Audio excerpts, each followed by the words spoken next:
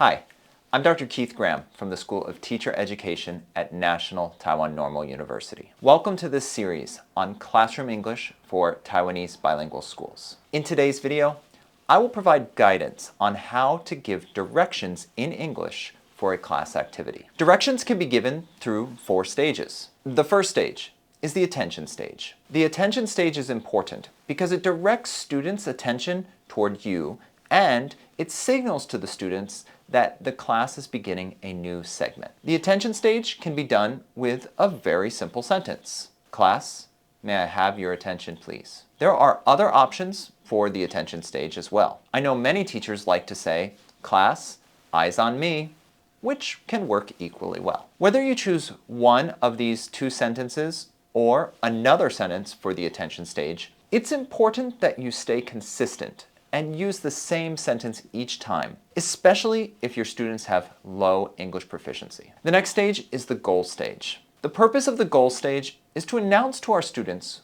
what we will be doing. To keep our goal stage clear and concise for all our learners, we can simply say, let's, and then say the activity we will do. For example, we could say in a home economics class, let's bake a cake. If you use this pattern consistently, let's will become a signal word for students to know that they are going to need to do something. Now, it's very important that in addition to saying the goal of the activity, you also show the goal through either a picture or through gestures. For example, if I say to the class, let's bake a cake, then I would either have a cake at the front of the class for them to see, and I would point to it, or I would have a picture on my PowerPoint slides and point to that. In essence, when we are using English for the goal stage, we want students to both hear the goal and see the goal to ensure comprehension. After the goal stage, we will then proceed to the material stage. It's worth first noting that not all activities require materials.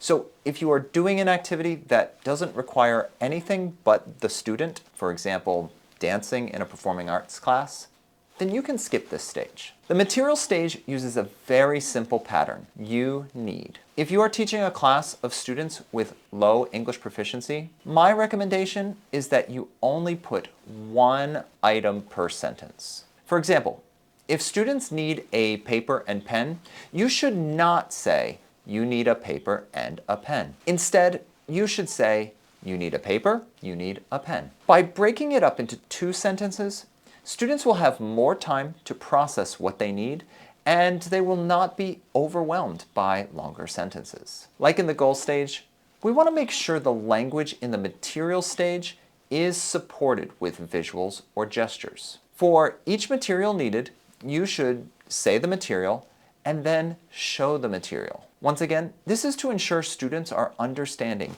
even if they are struggling with the language. The final stage is the step stage. This is where you tell students the steps of the activity you're doing. To keep our sentences short and simple, it's best to use an imperative sentence pattern. Imperatives begin with an action verb and then provide the object and details. For example, write your name on the paper. In this example, write is the action verb, your name is the object, and on the paper is the details. I have 3 teaching recommendations for the step stage. First, as with previous stages, every imperative sentence should be accompanied by a picture or demonstration of the action to help student comprehension. Second, I recommend following the 5-finger rule, which is that for students with low English proficiency, you should keep your sentences to around 5 words or less. Finally, when possible, I recommend you follow a teaching process where you name the step and then the students do the step, rather than naming all the steps at once and then having the students do it. While this recommendation won't work with all types of activities, it can help divide up the language so students do not have to process as much English at one time. In some classes, there may be an additional stage for some activities.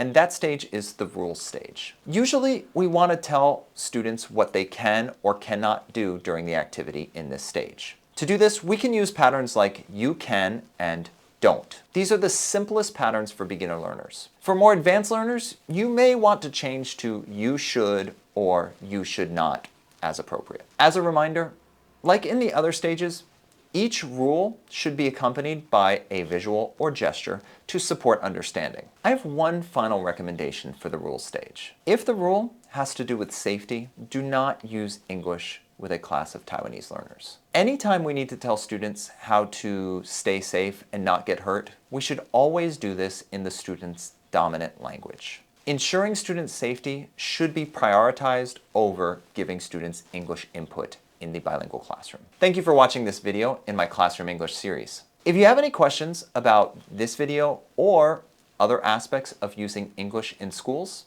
send me an email at kmgraham@ntnu.edu.tw. I look forward to seeing you in other videos in this series.